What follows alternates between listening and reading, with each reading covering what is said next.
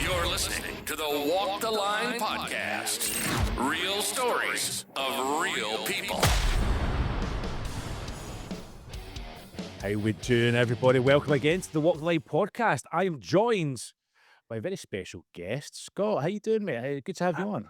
I'm doing well, Brian. It's great to be here. Across the pond. Whereabouts are you right now? I am in Denver, Colorado, so center of the country. Centre. I've never. To be fair, I've been to America a few times, but they were the kind of touristy hotspots. Like Vegas is probably the last time I went to the US. That was interesting, I tell you now. Yeah, I bet. That's one of those, but never been there. But you're coming across the UK next week. You were saying, weren't you? Yes, I'll be there. So hopefully you'll have good weather for me. No, we never have good weather here. This is the UK, mate. Come on, this is England. This is where you get 5 seasons in one day. Honestly, right? We were outside. I was doing my day job. We were outside, and it was raining. And then a split second, it was sunny, and then it was windy. And then literally within 10 minutes, it was ridiculous. Yes. We'll have all that to look forward to. But Scott, I've been excited to have you on, to be quite honest with you, because we had I don't know if anyone's listened to our previous. We were talking about this before we came on. David Murren's episode last week, very kind of similar. I'm sure you've got a few takes on that episode. I'm sure, Scott, but I wouldn't say you're a very similar take on what David was going to. You mentioned before we came in, you take a step back and look from the bigger picture. Is that right? That's right. So I'm trying to look not the 30,000-foot view, but maybe the million-mile view as to what's going on and why. What's going on in the world today? And this is the main thing, because I said this the other time, the world is on fire. I don't like using that phrase. It's an unusual time. It's an unusual time for us. I mean, what's your take on, it's a bit of a broad question. What's your take on everything? Because it's like, well, would you want me to start? But Yeah. I mean, what do you think of everything that's going on? All right. Let me frame it this way in a way I think you'll appreciate. So I see we talked a little bit about the weather. So we see some storms brewing, right? Some storms brewing. And I say we're actually facing a convergence of 5 storms. So we have storm 1 is environmental upheaval. We see what's going on around the world. We are looking at more frequent storms. The pollution, both in our water and our land, all the challenges, all the environmental degradation, all of those things. The Earth, though, is responding. I don't know if you've been paying attention, but there's been earthquakes right now just off Crete. There's been a number of earthquakes off Crete. If you look out in the Pacific Rim, the Rim of Fire, we've had 3 volcanoes just go off in the last 10 days. We have earthquakes increasing in frequency. We have storms growing in impact and devastation. So we see environmental upheaval. So that's one storm. The second storm that I see is we have economic stratification. Now, this is a recurring cycle in human society that continues to happen over and over again. For some reason, we prefer hierarchy to every other form of organization. So we build these hierarchies with a few people at the top and the masses at the bottom. And we end up putting wealth and power move to the top and the masses. So this ends up being might makes right, the many serve the few. We have economic stratification. What ends up happening is I frame this like we build the Tower of Babel over and over again. We build it and then it collapses and then we start again. So we see economic stratification getting to an extreme. I say that's our second storm. Our Okay. third storm is political polarization. We have, and you recently went through the local elections there, which were pretty Interesting. Yes, interesting. That's a good word. Interesting is the best way to put it. So, but we have these divides that are getting wider, but I say they're getting wider by design. And it is an age-old strategy of the people in charge. They realize they've got to keep the masses divided so that they can conquer the masses. And so they continue to stoke points of division. And the masses always fall for it. We always fall for the emotional bait that we'd rather chase minor issues, insignificant issues, to the real substantive issues. Yeah. But that polarization continues to happen. And so that's my third storm. So we have environmental upheaval, we have economic stratification, we have political polarization. compounding all of these is our ability to innovate and our human ingenuity, which translates into technology. Technology is an accelerant. So, what it does is it amplifies our human nature, our goals, desires, all of those things. And in this case, often it can go negative or it can go positive, but it is accelerating what seems to be the pace of all our lives. So, Yeah. we see something compounding, making this storm stronger. And that is the technology that we continue to deploy. And then we are left responding to it and adapting to it. That's the fourth storm, which then brings us to the fifth storm. The fifth There's more. storm, Oh my yes. God, there's more. The fifth storm is the adversity that you and I, just by being alive, Yeah. we face. So this is the Okay. uncertainty. These are the personal challenges, the loss, all of those things that in a normal course of our lives we face. So you look at each of those storms individually and you think, okay, I deal with those intermittently, but I'm seeing a convergence of all five storms now at this time and place, which is unusual. So I asked Hmm. myself, why is this going on? What is happening? What's really going on? Is this the apocalypse? And you'll see some people who say, yes, in fact, it's the end. They pull out the Bible, or you Hmm. look in the Jewish scriptures, or you look even in the Muslim scriptures. You look in Vedic texts. You look in the Hindu religion. You look at traditional indigenous populations, and they all Yeah. point to a period of turbulence. And if you put it on a calendar, it's about this time that is going to force a reckoning.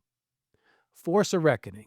Now, Right. Okay. when you talked with David, you were talking about mostly about politics and Yeah. war and conflict and competition, and those are elements of human nature. But I'm stepping back and looking again from a higher perspective and saying, why is this happening? And my conclusion, not that it's fact, but my conclusion is that we have been going through this cycle of competition and conflict for 12,000 years of human society. We have been facing off against one another, determining that the best way to get things is to beat the other guy into submission to get what I want. Dominate whoever I can dominate, kill whoever I can kill, and Yeah. I will take what I want. That has been the historical cycle.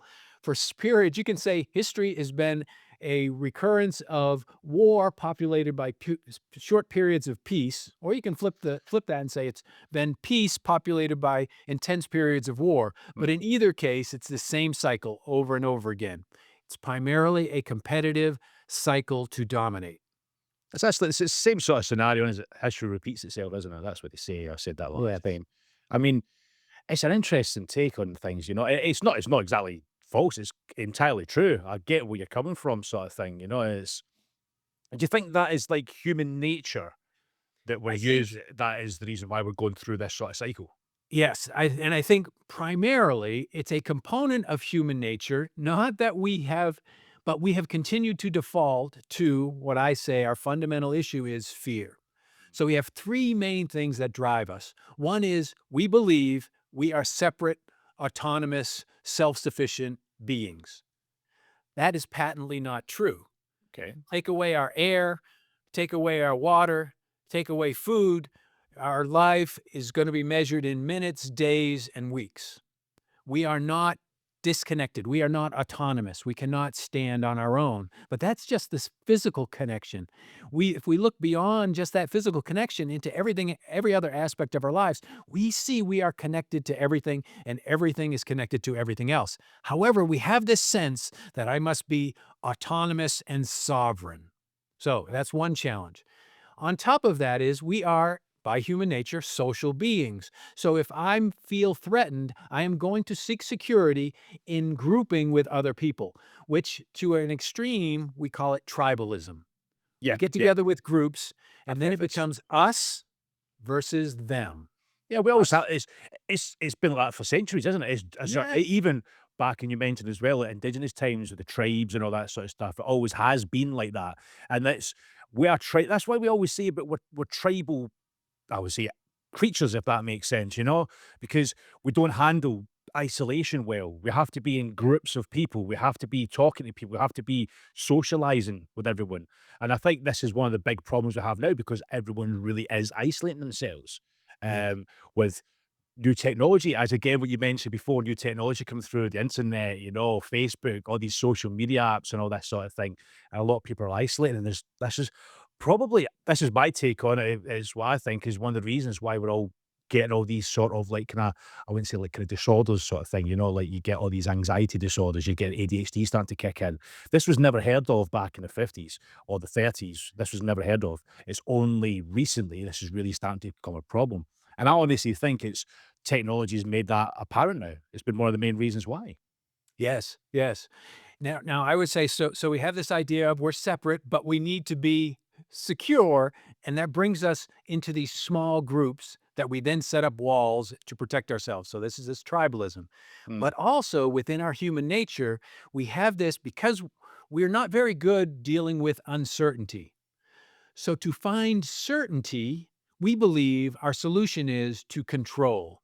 So I want to control circumstances, I want to control events, and most importantly, I want to control other people.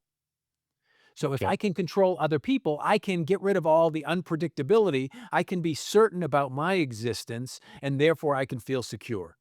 So these are elements of our nature that have driven us to where we are now. yeah, But we are now facing this confluence of storms that are we just going to repeat this same cycle? Are we going to build our Tower of Babel and have it collapse again and then start all over and repeat again? I say no.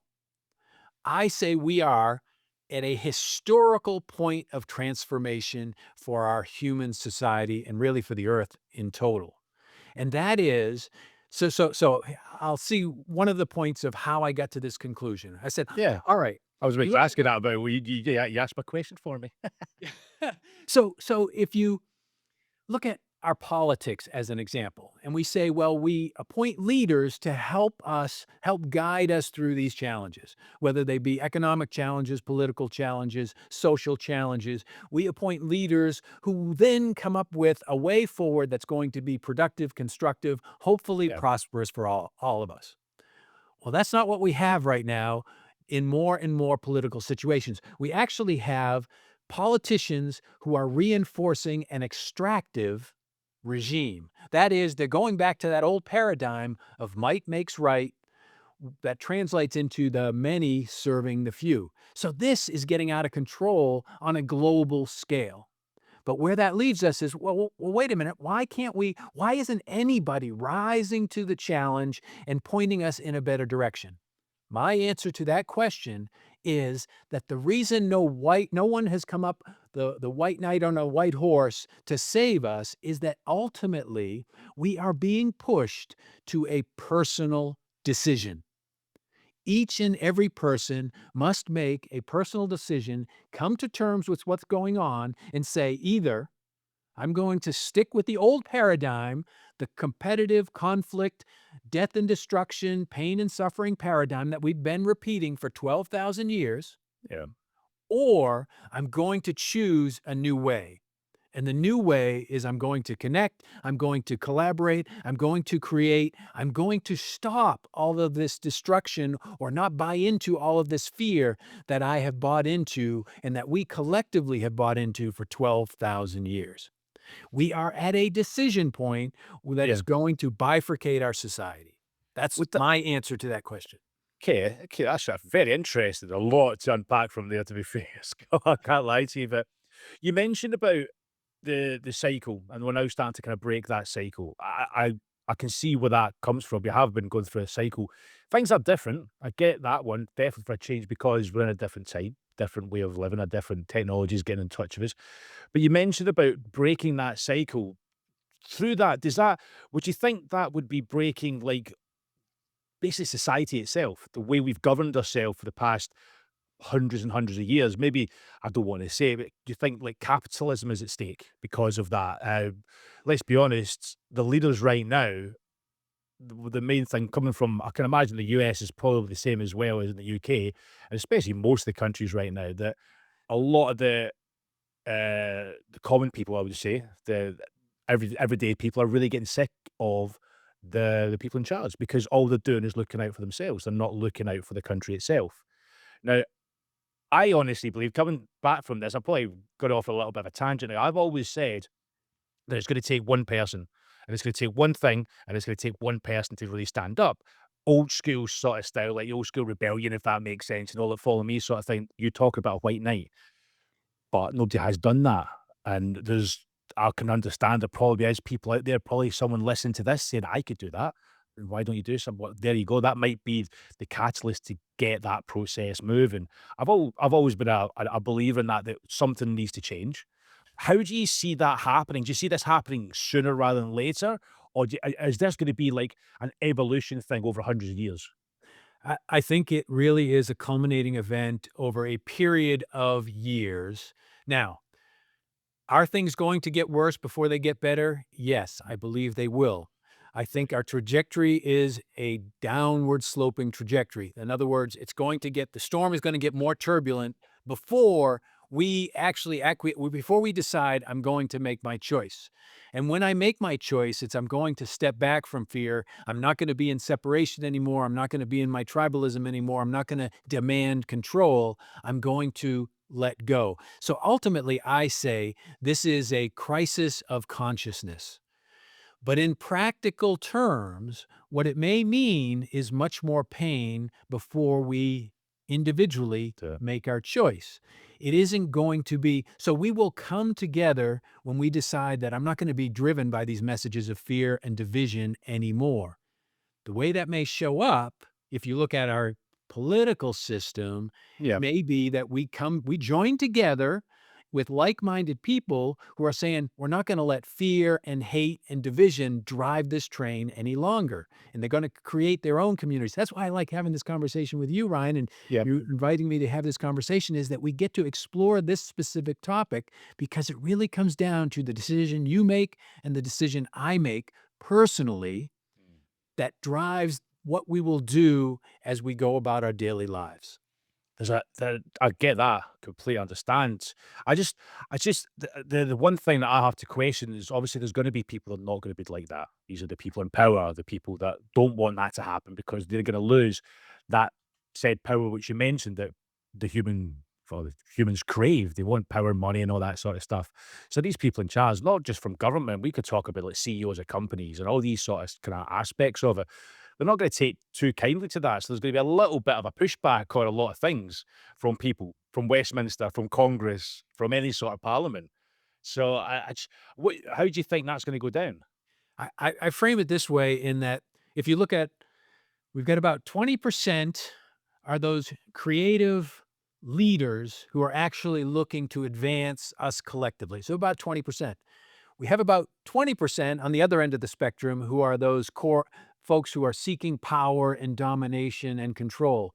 We have 60% in the middle. These are the people who are subject to influence. Yeah. Right now, we're tipping toward the power, the control, the dominance, the domination.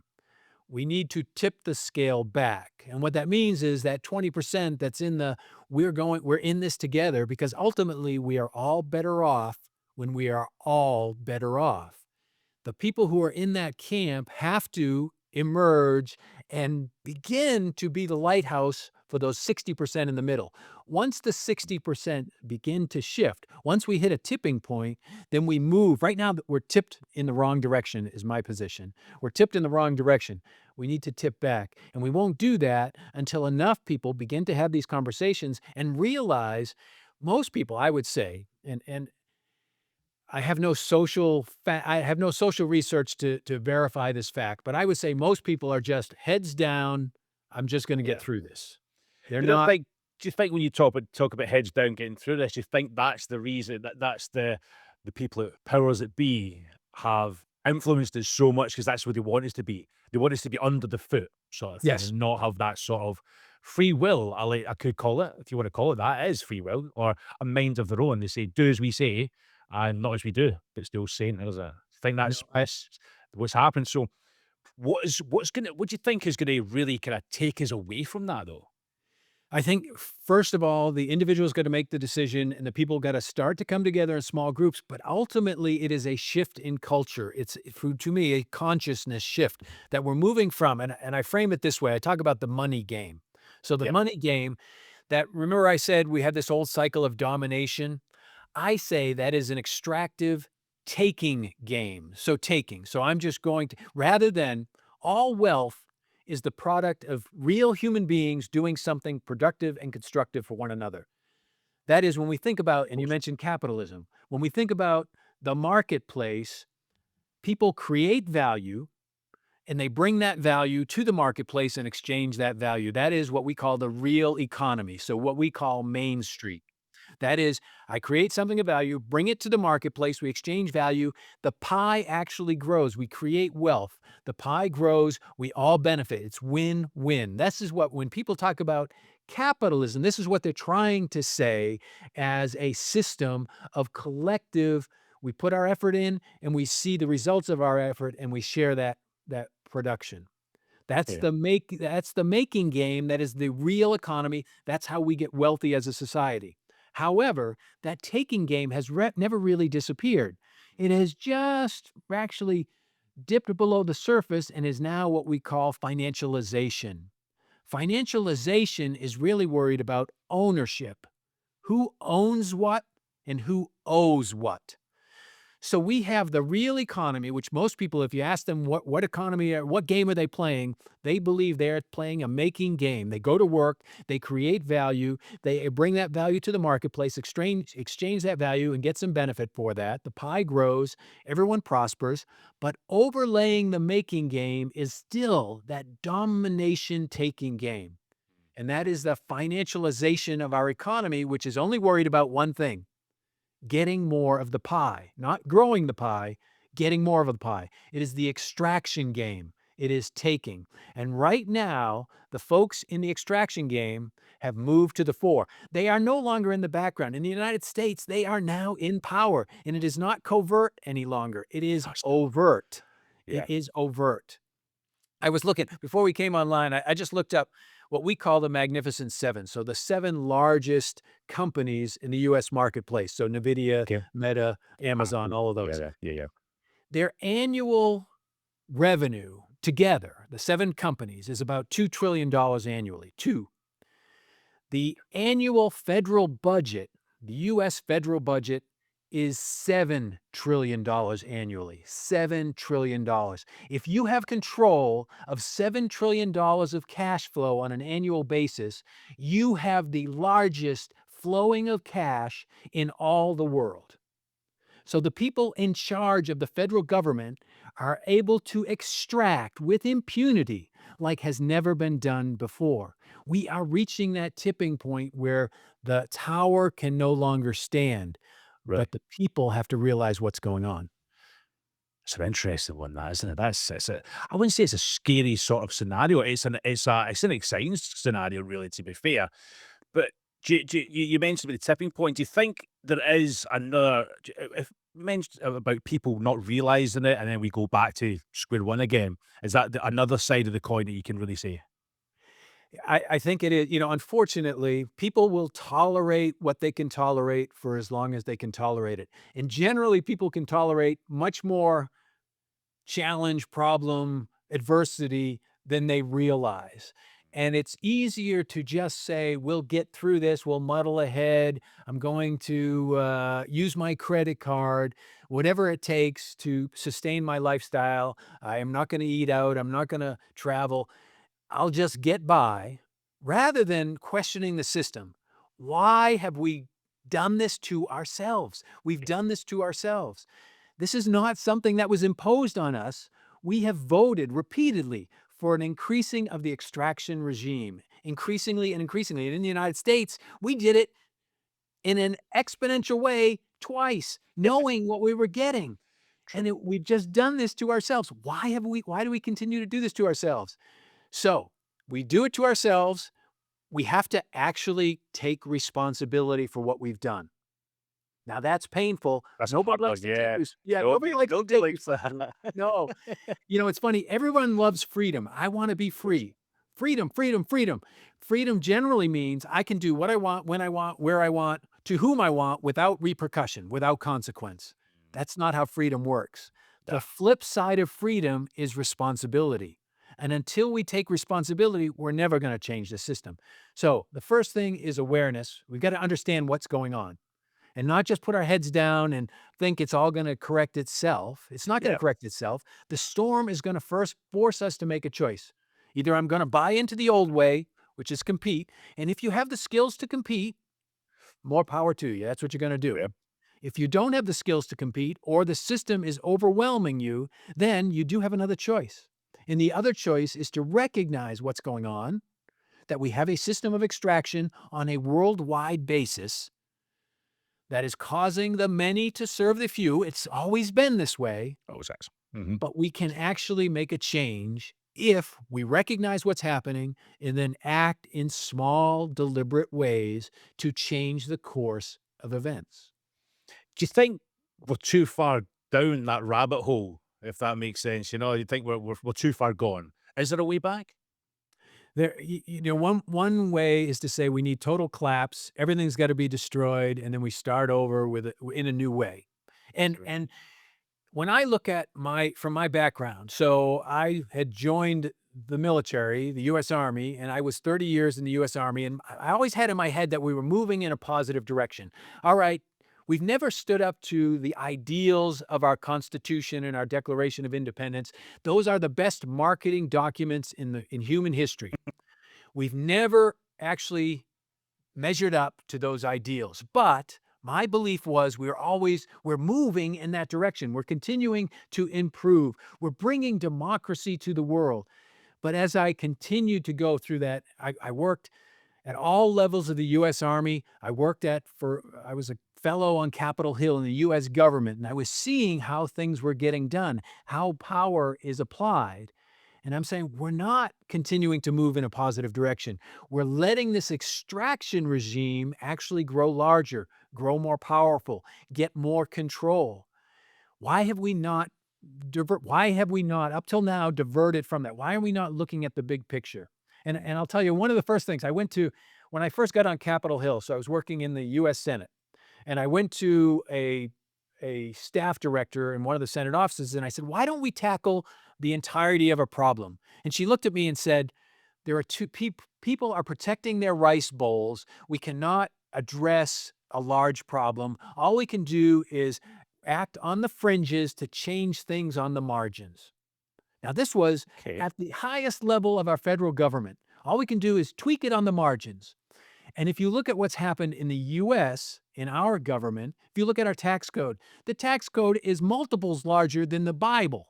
I mean, it's huge.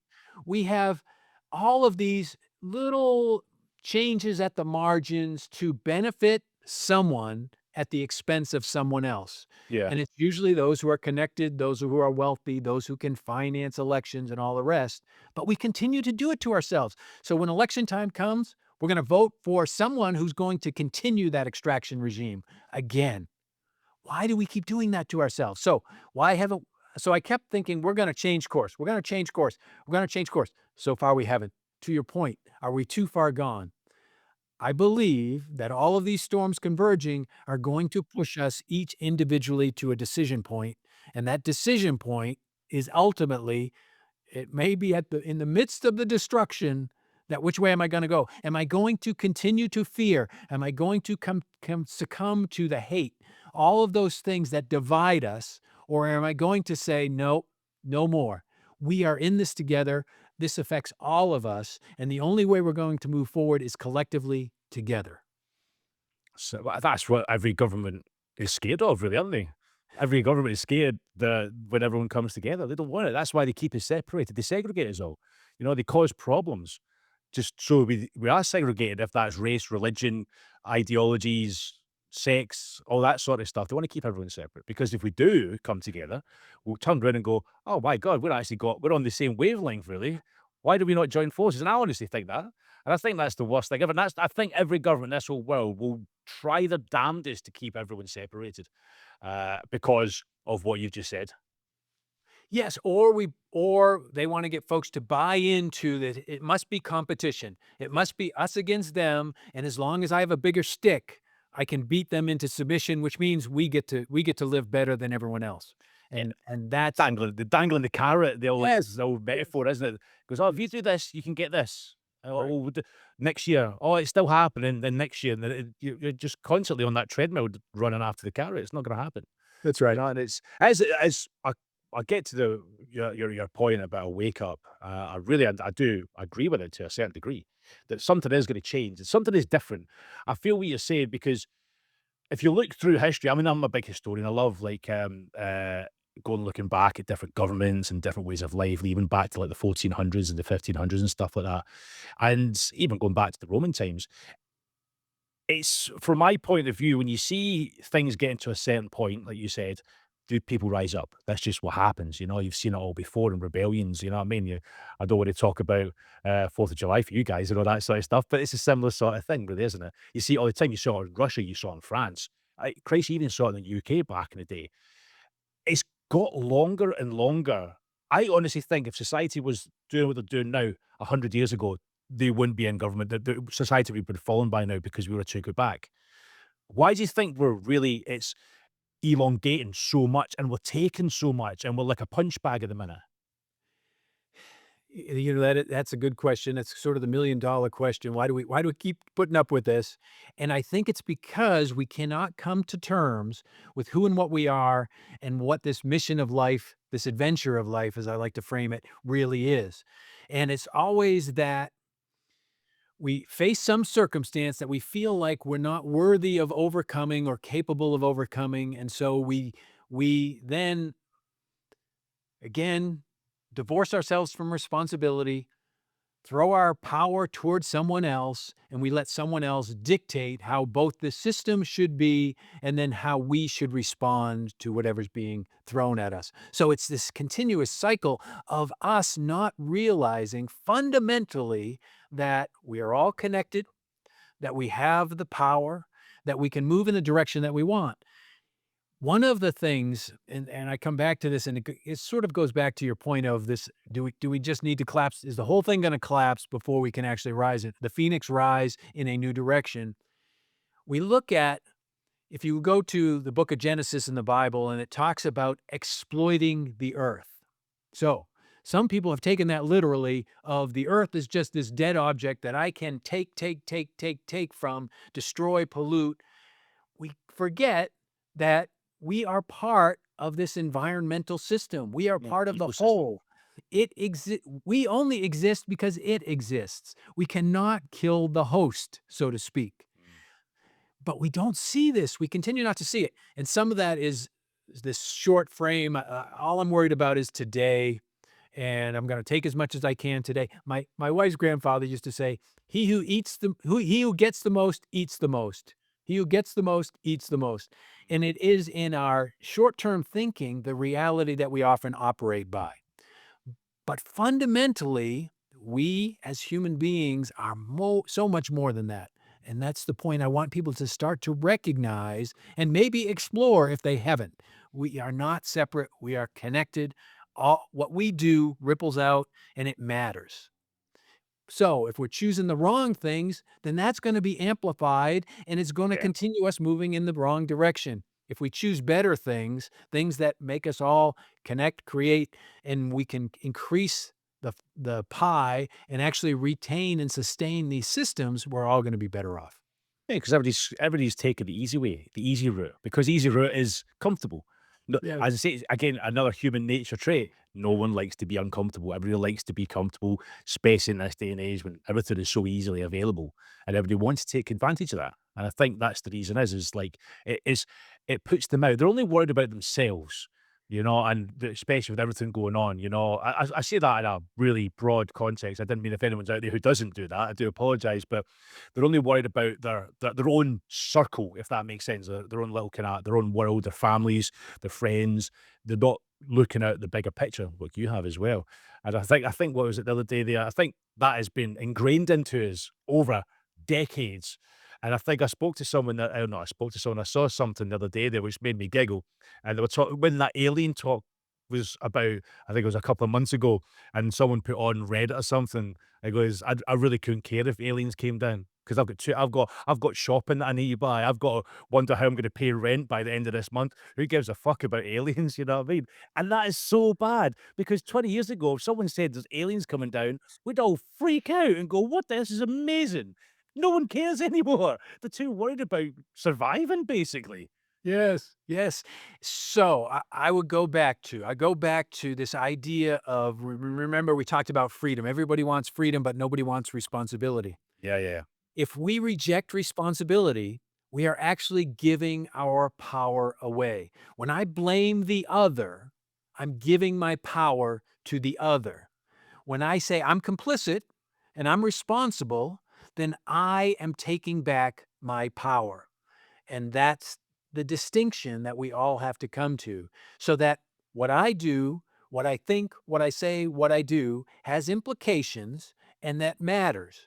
So that means that it's not just me. It's not just my convenience, my success, my opulence, whatever it may be. It is collectively all of ours. So the things that I do, I'm responsible for, but they also have implications for everyone else. And until we realize that, until we accept responsibility and reclaim our power and realize that our power, the application of our power has consequences, we are not going to diverge from this course, which I say is a downward trajectory until we're forced to. People do not change until the costs of changing become unbearable. yeah. So if you're listening to this, wake the fuck up and do something. Stop sitting your fat ass and doing nothing all day. I think that's what it's Well, coming it's down just to. that little orientation to start. Every time I make a bad choice that I think is going to advance me, it actually impacts everyone else in a negative way. So Yeah, make a better choice. make Make better a better choices. choice. That's a great way to find it. Make better choices. I think people have been telling me that for years. Still not doing it right. You know what I mean? That's why I'm still single, Scott. But anyway, so Scott, this is a conversation that I could probably have for about the next 3 hours, to be quite honest with you. I'm not gonna lie to you, there's so much to take on board with this, but we're obviously gonna wrap it up. So where can people find you and how can people know more about this? So I've written a number of books. Okay. You can find those on Amazon.com or Barnes and Noble or wherever you find a book. But most of my books are success principles. The one that I'm working on right now, I have a Okay. course online on udemy.com, which is joined with coursera.com. Those two companies have merged, but I also have a YouTube channel that is What's Really Going On, Apocalypse or Evolution. So if you were to find that on YouTube, it talks you through those 5 storms I talked about. For me individually, the easiest way, if you're on LinkedIn, send me a note, connect. LinkedIn, Scott, Scott, F as in Francis, Paradis, Paradis. Find me on LinkedIn, connect. If I can help you in any way I can, I will. Fantastic. All the links, guys, if you're listening, all the links to obviously Scott's YouTube channel, his LinkedIn, we'll chuck in the description so it's nice and easy for you to find. Because I'm nice like that, and this is what I do. But Scott, it's been an absolute pleasure. Thank you so much for coming on. And thank you so much for a really insightful sort of like take on things. I'm going to be sitting awake at night tonight, wondering what the hell's going on. So there you go. But again, thank you so much for your time, buddy. It's been great.